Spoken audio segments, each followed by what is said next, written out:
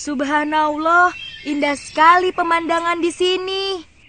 Wah, segar ya. Di mana batasnya?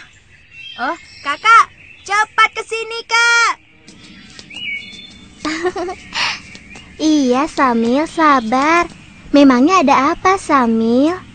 Subhanallah, ternyata Allah menciptakan alam ini sangat indah, Kak. Ciptaan Allah yang lain masih ada tidak? Tentu saja ada, tapi untuk jelasnya kita tanya ayah dulu. Kemana anak-anak ya? Ini kan sudah waktunya makan siang. Ayah!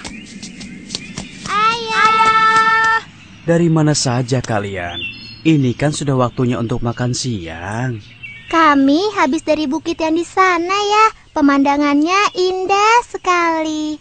Iya, Syamil tadi melihat perbukitan. Indah sekali ya. Apa saja ciptaan Allah itu, Ayah? Jelaskan pada Syamil. Subhanallah, ciptaan Allah itu memang tidak terhitung. Apa kalian ingin tahu? Iya ya, nanti kami mau kasih tahu teman-teman. Sekarang dengarkan ayah baik-baik ya.